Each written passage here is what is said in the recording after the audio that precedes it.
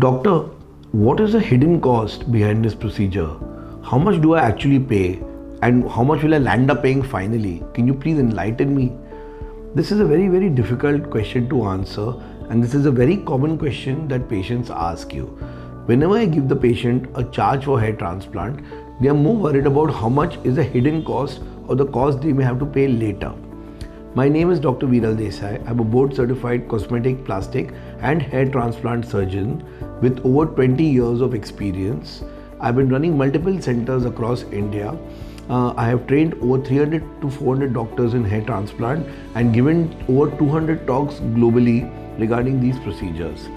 Now, I have often seen that many times patients are not informed about all the charges that are going to happen, and they are often disturbed or irritated or unhappy with the charges which have not been told to them. How do you prevent this, and how can a patient ask questions to the doctor so that he can prevent the hidden charges? In our clinic, we always give a package for hair transplant. We do not charge per graft. We give a package per day on per day basis, and we give a rough number of grafts that we are about to do. So the patient is not disturbed, and nor are we. We don't tell him that we are going to do exactly 2,000 or 3,000. We tell him we are going to do in a range of around 2,500 to 3,000. Now, many times patient asks me, but tell me how many minimum. Then we give a minimum number. Okay, I'll do at least so many grafts. Whatever I do above that is something which I'm doing as a bonus. I'm not going to charge you for it. So it's very transparent. In the break, the patient can actually sit and count the grafts if he wants to or if he chooses to. Okay, that is his choice. If sometimes we don't achieve that numbers, then we call the patient the next day and we do a few more grafts.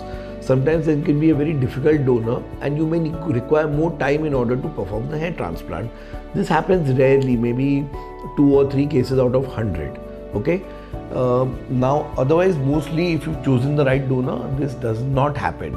Sometimes there are situations which are not in your control, but that's very rare. But it's always better to be transparent with the patient right from the beginning.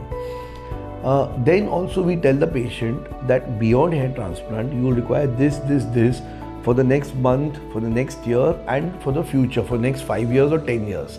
And roughly per month you will be charged so much, or this is a charge that you may have to pay in order to procure the medicine, whether you get it from the pharmacy or from any online pharmacy. Okay. So that the patient has an idea that how much money he's going to spend in the transplant and he's going to spend after that. Now in our clinic, typically if the patient has done a transplant with us, we never charge for any kind of follow-ups or post-transplant visits. Unless he's coming for some newer service, we never charge anything. Now whatever other treatment that is going to require, like exosomes, PRP, growth factors, GFC, that is something we inform the patient right from the beginning. We inform the number of sessions which he has to continue throughout the year and for how many years and what is the charge per session. Okay.